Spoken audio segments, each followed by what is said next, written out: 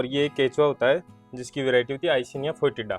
अच्छा, जो गुलाबी कलर का केचुआ होता है कि आपको डीएपी कितना देना है, एसएसपी कितना देना है, यूरिया कितना देना है, माइक्रोन्यूट्रिएंट की जो डेफिशिएंसी है वो पीछे डालते हैं। एक इसके ऊपर छाया रहनी चाहिए, इस टाइप से टी शर्ट होना चाहिए। तीन करीब करीब 10 से 15 जगह से पूरे खेत में चारों तरफ से ओके, मिट्टी लेनी है। जैसे पेड़ पौधों की छांव होती है या दीवार के पास है या मेड के पास है, वहां से अपने को मिट्टी नहीं लेनी होती है। खाना पिलाने की कोई जरूरत नहीं है, आप ताज़ा गोबर ही उनके लिए खाना है। सर्टिफिकेट देते हैं, मैंने एक रिपोर्ट देते हैं, ये रिपोर्ट देते हैं इसमें बिल्कुल कि इस पानी में कितना कैसा है, ये सिंचाई के लिए सूटेबल है कि नहीं है। ये क्यारी भी आप कच्ची भी बना सकते हो। अच्छा, कच्ची बना सकते नीचे गड्ढा खोद के उसमें प्लास्टिक की शीट बचा के। तो ये सर, ये क्या यूज होता है, ये मतलब किसमें चीज ये देखो कि जैसे कीड़े मकोड़े इनके मारने के लिए स्प्रे के। सर, ये जो आस्टेनिया फेटिना यही क्यों, दूसरी वैरायटी क्यों नहीं? ट्यूबवेल को करीब आधे घंटे आप चला दो, उसके बाद में आपको 250 ml से 500 ml मतलब करीब करीब आधा लीटर पानी अपने को यहाँ चाहिए होता है। इसको और गोबर में क्या फर्क है, कोई बता सकते हो आप? अभी इसको ये करीब करीब अब महीने भर में तैयार हो ही जाएगा। तो केचुए तो सारे नीचे हैं अभी। नमस्कार किसान मित्रों, स्वागत है मैं चैनल MSK फार्म पे। दोस्तों, आज अपन डॉक्टर BL चौधरी से मिलेंगे, जो आपको बताएंगे वर्मी कंपोस्ट के बारे में, केचुए के बारे में, और जो आपके खेत की मिट्टी और पानी कैसा है, किस टाइप के, उसके बारे में, उनके लैब और उनके जांच के बारे में ये पूरा आपको बताएंगे। इनसे ही बात करते हैं, एक बार इनसे इंटरव्यू लेते हैं। सर नमस्कार। नमस्कार जी। एक बार आप हमारे किसान भाइयों को बताओ, आपका शुभ नाम, आप क्या पोस्ट पे हो, उसके बारे में बताओ। मेरा नाम BL चौधरी है। हाँ सर। और मैं यहाँ कृषि विज्ञान केंद्र सिरोही में लैब इंचार्ज की पोस्ट पे, जो मिट्टी और सिंचाई जल परीक्षण की लेबोरेटरी है, उसमें मेरी पोस्ट है। और 2018 से मैं यहाँ कार्य कर रहा हूँ। सर, जो आजकल मिट्टी पानी जांच कितनी इम्पोर्टेंट, उसके बारे में थोड़ा बताइए। मिट्टी पानी जांच बहुत इम्पोर्टेंट है। जैसे कि अब अपनी मिट्टी में कितनी मात्रा में कौन से पोषक तत्व विद्यमान है, कौन से देने हैं।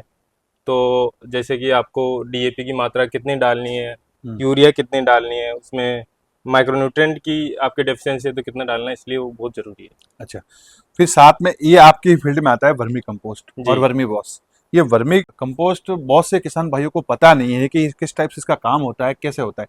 तो मैं चाहता हूँ कि आपके माध्यम से हमारे किसान भाई है वो भी चीज़ के बारे में जाने और इस चीज़ के बारे में आगे बढ़े, और ये क्या महत्व रखता है खेती में, उसके बारे में आप बताओ। वर्मी कंपोस्ट के बारे में। वर्मी कंपोस्ट देखो, ये एक मतलब खाद है वर्मी कंपोस्ट। ठीक है सर। जिसको अपने सामान्यतः केचुआ की खाद भी कहते हैं। हाँ। और ये केचुआ होता है जिसकी वैरायटी होती है आइसिनिया फोएटिडा।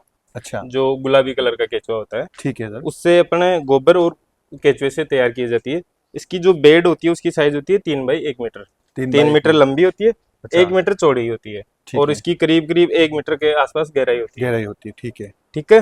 फिर इसमें अपन करते हैं कि जैसे नीचे सबसे नीचे अपन गोबर की लेयर बिछाते हैं। ठीक है। जो अपने फार्म का जितना भी अपशिष्ट पदार्थ है, हाँ। जैसे पशुओं का जो गोबर है, मलमूत्र है, जितना भी अपने लीफ है, जितने भी अपने घास फूस है, वो सब इसमें डालते रहते हैं। ठीक है सर। 1 bye 1 layer. और वो जैसे एक लेयर हो गई, उस लेयर को आपको वाटरिंग करना है, उसमें नमी पानी डालना है। पानी नमी रहेगी, फिर आप उसमें दूसरी लेयर वैसे ही करना है। ठीक है। पहले गोबर, फिर जितना भी जो वेस्ट मटेरियल है वो डाल के, ऐसे करते करते इसको जब तक बढ़ना है तब तक ये करीब करीब बढ़ जाए। फिर इसके अंदर अपन केचुए छोड़ते हैं। केचुए कैसे छोड़ना पड़ता है? केचुए जैसे केचुए आइसिनिया फोएटिडा है, वो केचुए की वैरायटी लाके एक क्यारी में करीब करीब 5 किलो या 3 किलो के आसपास केचुए अपन डालते हैं। फिर वो केचुए धीरे धीरे अपने आप नीचे डीप लेयर में चले जाएंगे। या ऊपर ही डालने पड़ते हैं? ऊपर छोड़ दो आप। ठीक है। यूनिफॉर्मिटी पूरी एक जगह नहीं, आप चारों तरफ अलग-अलग एक जगह भी छोड़ देंगे तो वो अपने आप धीरे धीरे नीचे चले जाएंगे। एक इसके ऊपर छाया रहनी चाहिए, इस टाइप से टी शर्ट होना चाहिए। चाहे आप कच्चा भी बना सकते हो इसको, या आप पेड़ पौधे की छाया में बना सकते हो। टारपोलिन का भी हो सकता है, आप नेट हाउस भी लगा सकते हो। ठीक है। आप टिन शेड भी लगा सकते हो। ये क्यारी भी आप कच्ची भी बना सकते हो। अच्छा, कच्ची भी बना सकते हो। नीचे गड्ढा खोद के उसमें प्लास्टिक की शीट बचा के वैसे भी कर सकते हो, खुले में भी कर सकते हो आप, ट्रेंच विधि से। अच्छा, ट्रेंच से जैसे आप ये आप क्यारी नहीं बना के आप इसको खुले में भी ट्रेंच जैसे बना के, और फिर उसमें गोबर डाल के डायरेक्ट खुले में केचुए छोड़ सकते हो। मैं सर एक मुझे बताओ कि आप बताइए कि टी सेट ये ऊपर बनाना क्यों, इसका कोई कारण? केचुए को क्या है कि अधिक तापमान के प्रति केचुआ सहनशील नहीं है, और वो केचुए की जो ग्रोथ है वो तापमान में नहीं होती है, ज्यादा तापमान। तो मैंने थोड़ी नमी और कम तापमान पसंद करता है केचुए। तो मैंने बहुत सी जगह देखा बोरिया डालते हैं, वो बोरियां इसलिए डालते हैं कि गर्मियों में ज्यादा डालते हैं। अच्छा, क्योंकि गर्मियों में क्या है, वाष्पीकरण ज्यादा होता है, तो नमी उड़ जाती है, तो ये क्यारियां सूख जाती है। तो बोरियां डालोगे तो आप वो नीचे से गीली रहेगी। अच्छा, नमी की मात्रा बनी रहेगी। सही बात है। जो ये केचुआ है सर, इसको कुछ खाना खिलाना पड़ता है कि नहीं खिलाना? खाना पिलाने की कोई जरूरत नहीं है, आप ताज़ा गोबर ही उनके लिए खाना है। आप अच्छा। गोबर डालोगे, वही उनके लिए खाना पीना है। उसमें पानी आप पर्याप्त पानी, गर्मियों के अंदर आप 5 से 7 दिन के अंदर पानी देते रहो। पानी और कितना लगता है? पानी पर्याप्त, एक बार शुरुआत में आप पर्याप्त पानी दे दोगे, ठीक है। बिल्कुल गीला होना चाहिए एक बार, ठीक है। पूरे में नहीं होना, सूखा नहीं होना चाहिए। ओके। और फिर आप धीरे धीरे कि वो सूखे नहीं, अच्छा। और जो अतिरिक्त जो पानी होता है वो अपने बाहर निकल जाता है। बात तो इस टाइप से नल दिया हुआ है। नल देते हैं। हाँ हाँ। और ये बाहर जो निकलता है, इसमें क्या है कि जो पानी के साथ जो खाद में जो पोषक तत्व है वो भी घुल जाते हैं हाँ। और वो निकल जाते हैं। ठीक तो है। उसको अपन कहते हैं, उसमें पोषक तत्वों की मात्रा ज्यादा होती है, उसको कहते हैं अपन वर्मीवाश। ये पड़ा है। ये रहा वर्मीवाश। हाँ। ये तो ये सर, ये क्या यूज होता है? ये मतलब किसमें चीज में यूज होता ये है? देखो कि जैसे कीड़े मकोड़े, इनके मारने के लिए स्प्रे के यूज में भी होता है और खाद के रूप में भी अच्छा। यूज होता है। मतलब ये स्प्रे भी कर सकते हैं इसका स्प्रे टंकी भी से? कर सकते हैं इसका। अच्छा, तो ये तो बढ़िया है। और आप इसको पानी के साथ फ्लड खेती में दे सकते हैं, कोई दिक्कत बिल्कुल नहीं दे सकते हो। एज ए है? खाद भी आप इसको यूज कर सकते हो, और कीड़े मकोड़े मारने के लिए जैसे हाँ। जीवामृत, बीजामृत, घनामृत, उनके साथ मिला के भी इसको आप स्प्रे कर सकते हो। अच्छा सर, मुझे ये बताओ कि ये जो खाद कितने दिन में तैयार होती है? इसके लिए गोबर कैसा लगता है, उसके बारे में पहले बताओ आप कि इसमें खाद जो ये करीब करीब एक बार आप इस क्यारी में डालोगे, हम्म, क्यारी में डाल के करीब करीब 3 महीने के अंदर ये खाद हम्म, तैयार हो जाती है। ठीक और है। तैयार होने पे इसका जो ऊपर का जो टेक्सचर है ना, वो हम्म, जैसे बिल्कुल चाय की पत्ती होती है ना, ये वैसे बना हुआ बिल्कुल है, जो वो वाली है ना, ये वैसा वाला इसका ना, कलर हो जाता है और उस साइडों से ऊपर निकलने लग जाती है। ये वाला है, ये वाला, ये बिल्कुल तैयार है बन, ये तैयार है। बिल्कुल तैयार है। इनमें चल रहा है, ये तैयार है। ये चल रहा है, यहाँ पे तैयार है। हाँ, ये सीधा बस ये। तो ये होते हैं, फिर आप उसमें डाल सकते हो। ये ज्यादा अच्छा। बागवानी के जो पौधे होते हैं ओके। उनमें अपन ज्यादा यूज करते हैं। बागवानी के पर पौधे के हिसाब से आप 5 किलो 7 किलो के समथिंग पर पौधे में दे सकते हैं। हाँ। आप फसलों में भी दे सकते हैं, धान्य फसलों में भी दे सकते हैं, लेकिन ये क्या है कि बहुत ही लिमिटेड, बहुत ही टाइम लगता है, तो ये हम्म। इतना आप, इसकी रिकमेंडेशन इतनी ज्यादा है कि आप नहीं दे सकोगे। सर एक और सवाल पूछना था आपसे। अपन जो खेत में गोबर डालते हैं, हाँ जी। चलो गोबर में मान लिया, गोबर इजी मिलता है, इसको और गोबर में क्या फर्क है, कोई बता सकते हो आप? गोबर देखो कि उसमें क्या है कि गोबर डायरेक्ट डालने से दीमक की जो अच्छा। समस्या आती है, हाँ, दिमाग। वो दीमक की, ये क्या है कि बिल्कुल सड़ गल के एक तरीके से प्रॉपर साइंटिफिक तरीके से ये खाद तैयार होगी। इससे ओके। ऐसी कोई कीड़े मकोड़े की कोई दिक्कत नहीं आएगी। अच्छा। और इसका केंचुए के डालने से केंचुए इसको खाता है। हम्म। फिर इसमें क्या है कि न्यूट्रिशनल जो वैल्यू होती है, हम्म। इसमें पोषक तत्वों की जो मात्रा होती है, वो एज कम्पेयर टू गोबर से इसमें बढ़ जाती है। बढ़ जाती है, तो मतलब ये बेटर रहता है। ये बेनिफिशियल है, एज कम्पेयर टू गोबर से ज्यादा गोबर से बेनिफिशियल। बेनिफिट। और सर इसको बनाने के लिए गोबर कैसा यूज करना चाहिए, उसके बारे में किसान भाई बताओ। गोबर आप गाय का ले सकते हो, भैंस का ले सकते हो, और गोबर बिल्कुल ताजा होना चाहिए। ताजा होना चाहिए। ताजा होना चाहिए, ऐसे नहीं कि खूब ज्यादा पुराना है, सूखा हुआ है, गीला होना चाहिए। अच्छा। और ताजा होना चाहिए। मतलब कि 10-15 दिन पुराना 10-15 चलेगा? 20 दिन, हाँ। 20 दिन पुराना आप तो ज्यादा। एक पैरेलल एक क्यारी, जैसे आप एक क्यारी तैयार कर रहे हो, जैसे ठीक है। आपके घर में 5 पशु है, तो वो जैसे जैसे गोबर आ रहा है उनको क्यारी में डालते जाओ, ठीक है। और बढ़ते जाओ, डालते जाओ, बढ़ते जाओ, तो वो सूखेगा भी नहीं और चलता रहेगा। एक क्यारी भर गई, दूसरी क्यारी बना दो, दूसरी भर गई, तीसरी बना दो, और ठीक है। जैसे जैसे फिर खाली होती जाएगी, नई वाली क्यारियां अच्छा। बढ़ते जाइए।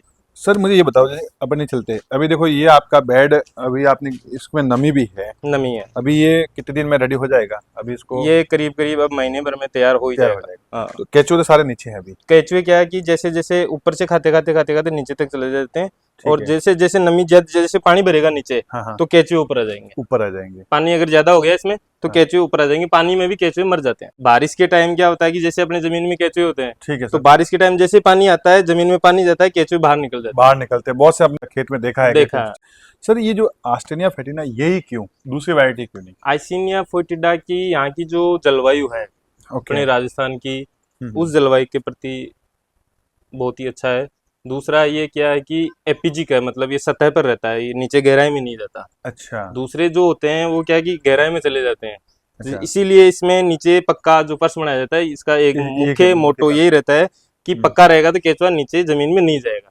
नहीं, केचुआ नीचे जमीन में चला जाएगा, आप ढूंढते रह जाओगे, फिर सही आप बात है। दोबारा लाने पड़ेंगे आपको सही केचुए। बात है। ये है। डॉक्टर साहब एक चीज और बताओ मुझे, ये वर्मी कंपोस्ट में जो केचुआ है, इनकी ग्रोथ कितनी रहती है? केचुआ की ग्रोथ कितनी रहेगी, कितने दिन में रहेगी? केचुआ की ग्रोथ करीब करीब 2-2.5 महीने में डबल अच्छा। ट्रिपल हो जाएगी। ये तो खूब तो मतलब मल्टीप्लाई 5 किलो है तो उसका जगह अगर 5 किलो डालो, कितना किलो हो जाएगा? 5 3 महीना किलो से करीब 25 किलो के समथिंग 25 किलो मिल जाएगा अपने को। आराम से।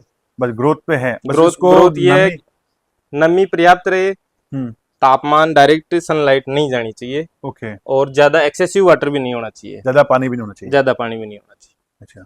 ये वर्मी कंपोस्ट के लिए बेस्ट यूनिट आपने बताया, आपने कम कॉस्ट का भी आपने बताया। कम कॉस्ट का भी बना सकते हैं, ये साइंटिफिक है। आप इसको ट्रेंच में खुले में भी बना सकते हो, हाँ हाँ। आप इसको कच्चे में प्लास्टिक की शीट बिछा के भी कर सकते हो। अगर कोई किसान आपसे सीखने आता है तो आप उनको सिखा सकते हो यहाँ पे? बिल्कुल सिखा सकते हैं। सिखा सकते हो। हाँ जी। दोस्तों आप देख लो, डॉक्टर साहब ने हमको बोला है आप सिरोही केवीके में आके ये से सीख भी सकते हो, ये आपको चीज पूरी गाइडलाइंस भी करेंगे। मुझे भी इन्होंने काफी चीज बताई है, हमारे पुराने मित्र भी है ये। अभी चलते हैं आपकी लैब देखते हैं और मिट्टी के बारे में बात करते हैं आपसे कि मिट्टी में किस टाइप से होना चाहिए तो इतना करे, और पानी किस टाइप से होना चाहिए, और टीडीएस कितना होना चाहिए। अपनी लैब की जाके बात करते हैं। ठीक। ये है डॉक्टर साहब की लैब, आप देख लो। डॉक्टर साहब से ही पूछते हैं मिट्टी और पानी कैसे चेक होता है, उसके बारे में बात करते हैं। सर ये बताओ, अभी पानी मिट्टी कैसे चेक होती है उसके बारे में आप बताओ। जैसे अपने सिंचाई जल की यहाँ जांच होती है, पीने के हाँ। पानी की यहाँ जांच नहीं होती, उनके अच्छा पैरामीटर अलग होते हैं। अच्छा और यहाँ ओनली सिंचाई जल की ही जांच होती है, अच्छा। इरिगेशन वाटर की। इरिगेशन वाटर की। तो इरिगेशन वाटर के लिए बेसिकली ऐसा होता है, सबसे पहली बात ये है कि आपको सैंपल कैसे लेना है। ठीक है तो सैंपल लेने के लिए आपको क्या करना है, कोई भी प्लास्टिक की या कांच की बोतल लो आप, ठीक है जो कोई केमिकल की या ऐसा कुछ होना नहीं चाहिए उसमें। ठीक है। दूसरी चीज ये है कि आप ट्यूबवेल को चलाओ पहले। टूल भी चलाओ। ट्यूबवेल को करीब आधे एक घंटे आप चला दो, ठीक उसके है। बाद में आपको 250 ml से 500 ml, मतलब करीब करीब आधा लीटर पानी अपने को यहाँ चाहिए होता चाहिए है। होता है। और वो यहाँ अपन लैब में जमा करा दो, उसके बाद उसकी जांच होती है। इसमें ठीक है अपने जांच होती है एक तो पीएच की। ठीक है। पीएच की। पीएच अपने को बताता है अम्लीयता और क्षारीयता के बारे में। हाँ हाँ। दूसरा होता है अपना ईसी। इसी। ईसी होता है अपने इलेक्ट्रिकल कंडक्टिविटी, जिसको हाँ। अपन विद्युत चालकता कहते हैं। ठीक है। वो लवणीयता के बारे में बताता है। अच्छा और कितना। उससे हाँ। ही अपन फिर टीडीएस की गणना करते हैं। गणना करते हैं। जी। अच्छा, तो उसमें आप कुछ सर्टिफिकेट कर देते हो क्या? सर्टिफिकेट देते हैं, अपने एक रिपोर्ट किसको? देते हैं। ये रिपोर्ट ये किस टाइप? रिपोर्ट देते हैं, इसमें बिल्कुल कि इस पानी में कितना कैसा है, ये सिंचाई के लिए सूटेबल है कि नहीं है, अच्छा, और कौन कौन सी फसलों में अपन ये पानी दे वो भी सकते आप हैं। प्रॉपर लिख के बताते हो उसमें? बिल्कुल बिल्कुल गाइडलाइंस है। गाइडलाइंस में लिख के। बिल्कुल। तो साथ में फिर ये रिपोर्ट कितने दिन में आ जाती है? ये रिपोर्ट अपने पानी की तो आप 1 दिन 2 दिन लगते हैं, मिट्टी में 3 से 5 दिन लग पाँच जाते हैं दिन मिट्टी लगते हैं। के। और मिट्टी के बारे में कुछ ये मिट्टी मिट्टी के पड़ी बारे में, है ये। मिट्टी ये है कि सबसे पहले मिट्टी का आप नमूना लेते समय बहुत सारी सावधानियां रखनी होती है। ठीक है। जैसे आपका खेत है, उस खेत में से आपको रैंडमली हम्म। रैंडमली 10 से 15 जगह से मिट्टी लेनी होती है। उसमें ठीक आपके है। पूरा खेत की मिट्टी आनी चाहिए। अच्छा। ऐसे नहीं कि आप एक जगह से ही लेके आ गए। करीब करीब 10 से 15 जगह से पूरे खेत में चारों तरफ से ओके। मिट्टी लेनी है। जैसे पेड़ पौधों की छांव होती है, या दीवार के पास है, या मेड के पास है, वहां से अपने को मिट्टी नहीं लेनी होती है। अच्छा। और मिट्टी लेते हैं अपन सूखे में से, हम्म। सिंचाई देने के बाद या बरसात होने के तुरंत बाद अपने को मिट्टी नहीं लेते हैं। सामान्यतः अपने मृदा जांच का समय जो होता है, वो होता है हम्म। खरीफ से जस्ट पहले और अच्छा रबी से जस्ट पहले। पहले। अच्छा, जी। ये होता है। तो मतलब मिट्टी पूरी इकट्ठा करके फिर उसमें से आप थोड़ा सैंपल लेके आओगे? हाँ, उसमें से आप 10 से 15 जगह से मिट्टी लोगे। हम्म। उसमें से एक जगह से, जैसे आपने 100 150 ग्राम 100 150 ग्राम ऐसे करके मिट्टी आपने एक जगह कंपोजिट सैंपल बनाया, हम्म। उसको आप सब जगह से लेके मिट्टी को, और उसको आपको मिक्स करनी है। मिक्स ठीक है। करके उसके अच्छे तरीके से मिला के उसमें से अपने को करीब आधे से 1 किलो मिट्टी यहाँ जमा यहाँ करनी का है। जमा करनी। फिर तो उसके बाद अपन यहाँ जांच करते हैं। जांच करेंगे, तो जांच में कोई लगता है जमाबंदी वगैरह कुछ लगता है किसानों जांच को? में जैसे ये है कि जैसे जिसको सब्सिडी चाहिए होती है, हम्म। उनको क्या है कि उनका आधार कार्ड, जिस नाम से आपको फाइल लगानी है, ठीक है। उस नाम का आधार कार्ड, और आपकी जमाबंदी। ठीक है सर। और इसमें भी कॉस्ट कितनी रहती है, पानी की कितनी कॉस्ट पानी रहती के है? एक सैंपल के 20 रुपये चार्जेज हैं, हाँ ठीक है। और मिट्टी के 200 रुपये 200 चार्जेज रुपये चार्ज है। मिट्टी में किस टाइप से आप कोई प्रमाण पत्र देते हैं। हो मिट्टी कि? के अंदर अपन देते हैं, जैसे पीएच होता है एक तो, हम्म। पीएच कितना है कितना नहीं है इसका, वो हम्म। अम्लीयता और क्षारीयता को बताता है। हम्म। दूसरा ईसी होता है, वो आपको लवणीयता के बारे में बताता है। हम्म। फिर नाइट्रोजन है, ऑर्गेनिक कार्बन है, फास्फोरस है, पोटेशियम है, माइक्रोन्यूट्रेंट है। टोटल 12 पैरामीटर की उसमें जांच होगी, और उस जांच के अनुसार नीचे उसकी अनुशंसा रहेगी फर्टिलाइजर की, कि अच्छा। आपको डीएपी कितना देना है, एसएसपी कितना देना है, यूरिया कितना देना है। माइक्रोन्यूट्रेंट की जो डेफिशिएंसी है वो पीछे डालते हैं कि कितना कितना डालना होता है। कहना ये अपने सिरोही में उपलब्ध है, और सिरोही में कोई भी किसान आके करवा सकता आराम है। से कोई ये ऑनलाइन भी करवा सकता है क्या? Online booking? ऐसी सुविधा नहीं है यहाँ। सैंपल तो ऑफलाइन देना ही पड़ेगा आपको सैंपल आके। नहीं, बुकिंग तो नहीं करवानी पड़ती नहीं, इसकी? बुकिंग वुकिंग नहीं, सैंपल लेके आओ। सैंपल लेके ऑफिस आओ। टाइम में कभी भी आओ, बुकिंग ऑफिस हमेशा चालू रहेगी। समय क्या रहता है? ऑफिस का सुबह 10 से शाम को 5 बजे तक। शाम 5 बजे तक। तो सर ये 5-6 दिन में रिपोर्ट आ जाती है, तो उससे पता चल जाता है कि आपके खेत में किस चीज़ की किस सर चीज़ की, सब कुछ इस जरूरत है। रिपोर्ट में सब कुछ डिटेल रहती है। अगर पढ़ा हम्म। लिखा आदमी है तो वो सब कुछ इसमें लिखा हुआ रहता है, सब कुछ समझ सकता है। बाकी अच्छा। हम सब कुछ यहाँ समझा के कि क्या डालना है, कितना डालना है, क्या समस्या है, कौन सी फसलें होगी, कौन सी नहीं होगी, वो पूरी डिटेल हम उसको बताते हैं। अच्छा दोस्तों देख लो, आप डॉक्टर साहब ने बोला कि डिटेल्स भी पूरी बताएंगे कि आपके खेत में कौन कौन सी फसल होगी। तो मेरा मानना ये है कि आप लोगों को आके सिरोही केवीके में आपकी जो मिट्टी और पानी की जांच जरूर करवाएं, जिससे आपको पता चल जाएगा आपके खेत में कौन कौन सी फसलें होगी। बहुत से किसान ये चीज नहीं करते डॉक्टर साहब, उनको पता भी नहीं है और वो करते नहीं। कोई 200 रुपए और 20 रुपए कोई ज्यादा नहीं है। जी और जी। सिरोही पास में है, जितने भी किसान भाई हो, मैं यही बोलना चाहता हूँ, आपको जरूर करवानी चाहिए मिट्टी और पानी की जांच। और एक बार वापस समय बता दो किस समय करवानी चाहिए, तो उससे बेटर रिजल्ट आएगा।